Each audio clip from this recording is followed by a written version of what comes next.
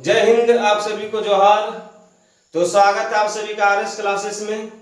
आज हम जिस विषय वस्तु की चर्चा कर रहे हैं उस विषय वस्तु की चर्चा केवल हम नहीं कर रहे हैं बल्कि पूरे झारखंड में उसकी हाहाकार मची है। क्या सही है, क्या गलत है, सरकार की क्या मानसिकता है, बच्चों के बीच में क्या मानसिकता चल रही है, दोनों को समझते हुए इस विषय पर हम चर्चा करेंगे। और इस वीडियो के मध्य और अंत तक आप जब पूरी जानकारी को जानेंगे तो आपको यहाँ निर्णय लेना होगा और हमको भी निर्णय लेना होगा कि कौन सही है और कौन गलत है। अगर हम बात करेंगे क्या कि अगर सीजीएल रद्द से अगर झारखंड के जो आंदोलन कर्मी है वो अगर खुश हैं तो जो अभ्यर्थी चयनित है जो ड्यूटी कर रहे हैं वो नाराज हैं, तो किसके लिए क्या सही और किसके लिए क्या गलत होगा हम इस पर चर्चा करते हुए चलेंगे। कि आज जब सरकार ने 18 तारीख को सीजीएल रद्द की घोषणा की और टीडीपीएल द्वारा आयोजित सभी परीक्षाओं को जब रद्द किया उसके बाद से क्या हुआ और आज तक क्या हुआ है, आज हम इसी वीडियो के माध्यम से जानेंगे। तो हम चर्चा करेंगे क्या कि इस मुद्दे में सरकार की क्या राय है और न्यायालय का क्या राय रहा उसको हम समझेंगे। तो चलिए हम शुरुआत करते हैं कि 18 तारीख से 21 तारीख के बीच में क्या होगा, है ना। इसी मुद्दे को जानते ही हम चलेंगे आगे।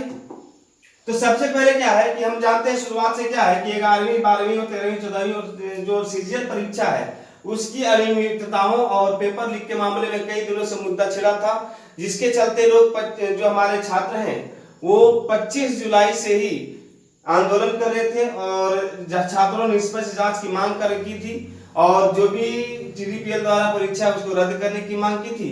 सरकार ने उनकी मांगों को पूरा करते हुए इसे रद्द तो किया था, लेकिन बोला क्या कि 18 अगस्त 2026 को सरकार ने कई भर्ती परीक्षाओं को रद्द करने की घोषणा की, खास करके जैसे सीजीएल समेत टीडीपीएल द्वारा 2014 से कराई गई सभी परीक्षाओं को रद्द करने की बात कही गई थी, जिसे बखूबी लोगों ने सराहा उन्होंने जिन्होंने आंदोलन किया। परंतु परीक्षा रद्द करने के खिलाफ छात्रों ने राज्य भर में आंदोलन तेज किया। रांची, गिरिडीह, हजारीबाग सहित कई जिलों में प्रदर्शन हुए। सीबीआई जांच, पारदर्शिता और न्याय की मांग उठाई गई, है ना। और 20 अगस्त को क्या हुआ कि झारखंड हाई कोर्ट ने 20 अगस्त को सरकार के रद्दीकरण आदेश पर अंतरिम रोक लगा दिया, अर्थात स्टे लगा दिया।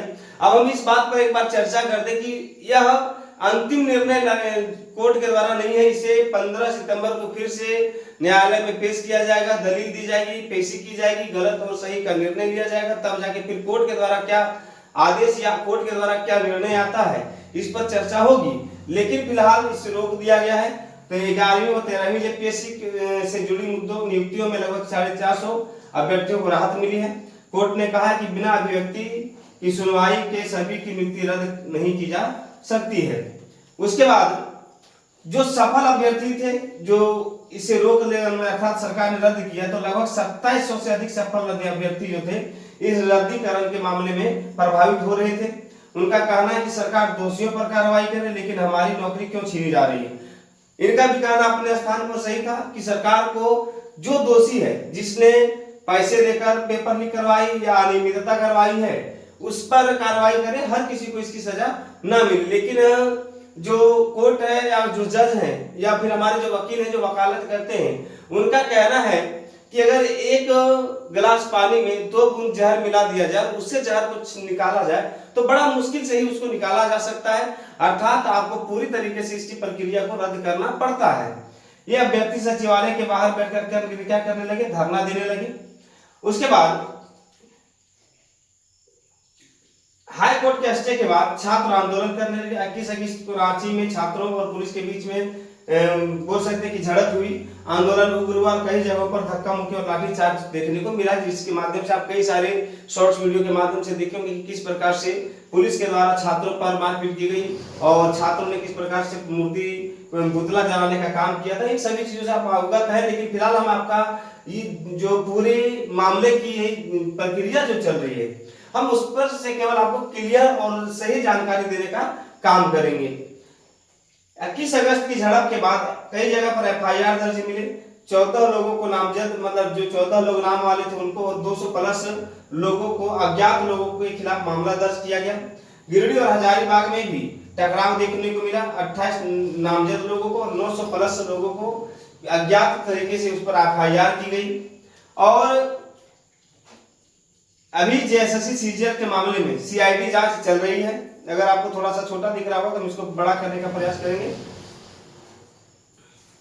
बोल रहा क्या कि सीआईडी की जांच चल रही है। मुख्य आरोपी अभय तिवारी, उनकी पत्नी और भाई के चेहरे और नेटवर्क की जांच हो रही है। आज छात्रों के समर्थन में फिर प्रदर्शन हुए, पुलिस से कार्रवाई के खिलाफ आवाज उठी, है ना।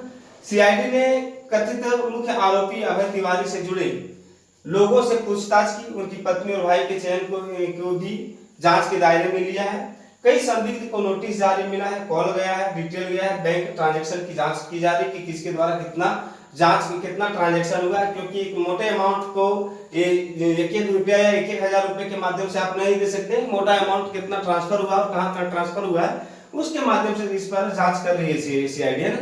सरकार का पक्ष है या सरकार का कहना है कि पेपर लीक और अनियमितता को लेकर कठोर कार्रवाई जरूरी थी। टीडीपीए के जरिए कराई गई परीक्षाओं में गड़बड़ी की आशंका देखने को मिली है। भविष्य में परीक्षाओं को और पारदर्शी बनाने की आश्वासन सरकार के द्वारा दिया गया है। वकीलों की दलील क्या है? अभ्यर्थियों के वकीलों ने कहा कि बिना व्यक्तिगत जांच के सभी की नियुक्ति रद्द करना गलत है, यह नेचुरल जस्टिस के खिलाफ है। हाई कोर्ट में और सुनवाई की मांग की गई है। अगला जो हमारा मुद्दा है, सरकार के द्वारा क्या भूमिका है, सरकार ने क्या भूमिका निभाई है ना। पुलिस क्या की? बड़ा पुलिस आंदोलन के दौरान कानूनी व्यवस्था बनाए रखने के लिए पुलिस तैनात थी। झड़प और हिंसा के मामलों में सख्त कार्रवाई की गई। राज्य भर में सुरक्षा इसकी बढ़ाई गई। और सरकार की भूमिका अर्थात हमारे माननीय मुख्यमंत्री जी के द्वारा क्या भूमिका है? हेमंत सोरेन ने कहा कि सरकार पारदर्शिता और युवाओं के हित के लिए प्रतिबद्ध है। भविष्य में भर्ती प्रक्रिया को और बेहतर पारदर्शी बनाया जाएगा। सुदीप कुमार सोनू, है ना, पूरा छात्र आंदोलन के प्रमुख चेहरों में से एक सुदीप कुमार सोनू ने आंदोलन को आगे बढ़ाया। उन्होंने छात्रों की आवाज को बुलंद किया और सरकार से न्याय की मांग की। अर्थात ये जो आपका टॉपिक दिया हुआ है कुछ गलत है। ये सुदीप कुमार सोनू ने, ये हमारे शिक्षा मंत्री है ना, शिक्षा मंत्री है।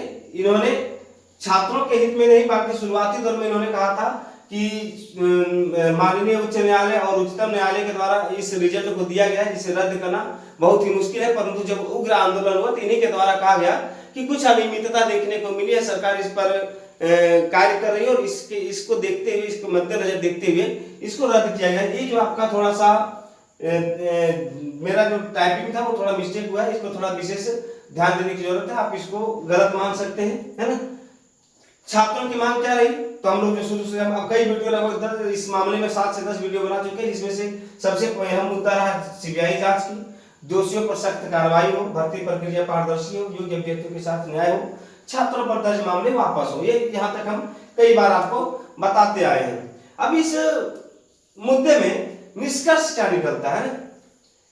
अब आगे क्या होगा? पूरा हाई कोर्ट में अगली सुनवाई बेहद महत्वपूर्ण है, जो कि 15 सितंबर को इसका डेट निर्धारित किया गया है।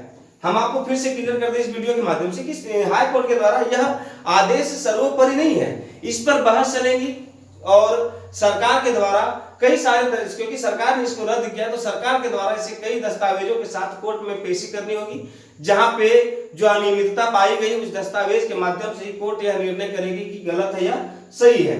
सीआईडी जांच के नतीजे आने के बाद स्थिति और स्पष्ट होगी, क्योंकि सीआईडी अभी भी इस पर लगी हुई। सरकार, छात्र और सफल अभ्यर्थियों के बीच संतुलन बनाना बड़ी चुनौती है। अभी भी कई जगह पर गिरिडीह में, हजारीबाग में छात्रों और पुलिस के बीच में ऐसे वीडियोज आए हैं जो कि दिल दहला देने वाली है। आपको यह क्लियर करना पड़ेगा कि सरकार गलत है या यहाँ पे आंदोलन कर्मी गलत है। ये डिसाइड करना थोड़ा सा मुश्किल होता है, लेकिन मुख्य तौर पर जनता, बहुत जनता जो है सरकार के खिलाफ में और पुलिस के द्वारा, अर्थात हम कह सकते हैं कि राज्य की सबसे बड़ी पार्टी जेएमएम पार्टी के द्वारा, उनके कार्यकर्ताओं के द्वारा छात्रों को मारना पीटना ये गलत है। क्योंकि आप लोकतंत्र में हैं और लोकतंत्र में प्रधानमंत्री हो या आपके मुख्यमंत्री हो, उनका पुतला आप जला सकते हैं। देश में राष्ट्रपति और राज्यपाल और मुख्य न्यायाधीश इत्यादि लोगों का पुतला आप नहीं जला सकते, वो आपके लोकतंत्र के खिलाफ है।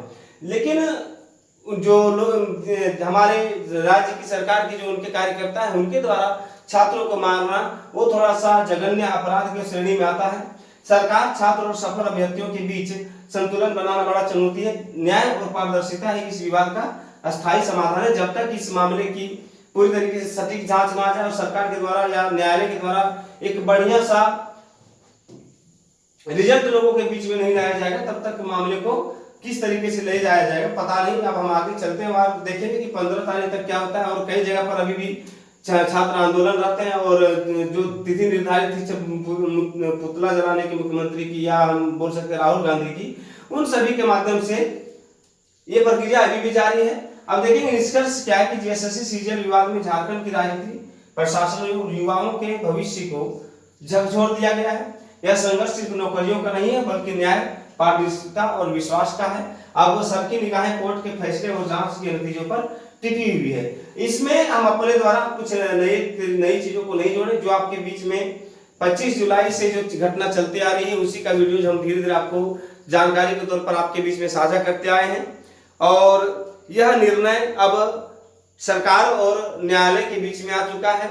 इसका हमें प्रतीक्षा करनी चाहिए और शांतिपूर्वक करनी चाहिए। हमने बहुत सराहा है अपने पुलिस विभाग को, अपने झारखंड के पुलिस के सैनिकों को, पुलिस सेवकों को, परंतु कुछ ऐसी वीडियोज आए जहां पे कुछ लगता है कि सरकार के दबाव के कारण ऐसा नतीजा आया है। अब देखेंगे कि सरकार किसके ऊपर ध्यान देती है, चुने हुए अभ्यर्थियों के ऊपर ध्यान देती है, या राज्य में जो बहुत सारी गड़बड़ियां पाई गई हैं उसको ध्यान में रखते हुए इसको रद्द कर दिया है। यह निर्णय अब कोर्ट और सरकार के बीच में और छात्रों के बीच में रह गया है। आगे जैसे जैसे आप हमारे पास सूचनाएं आएंगी हम आपके बीच में साझा करेंगे। और इस वीडियोस के माध्यम से कुछ तकनीकी गड़बड़ी या कुछ हमारे द्वारा बोले गए शब्द आपको कटु लगे हों या आपको कुछ गलत लगे हों, तो हम अभी नए इस YouTube के माध्यम से आपके बीच में प्रवेश कर रहे हैं। तो आपके द्वारा जो भी वक्तव्य होगा, जो भी कमियां होंगी, आप हमें कमेंट्स के माध्यम से बताएंगे। हम उन तथ्यों को, उन शब्दों को जो हमारे द्वारा गलत शब्द निकले होंगे तो हम उनको भी सुधारने का प्रयास करेंगे, क्योंकि सीखने वाला व्यक्ति सुधार करे तभी सीख पाता है, अन्यथा अपने गुरूर में वो कुछ सीख नहीं पाता है। आप कई सारे अनुभवी व्यक्ति हमारे वीडियो को भी देखते हैं, आप हमें बताएंगे कि कुछ गलत है तो हम उसको सुधार करेंगे। तब तक के लिए धन्यवाद। आपका दिन शुभ हो और आपके जीवन में अच्छा हो।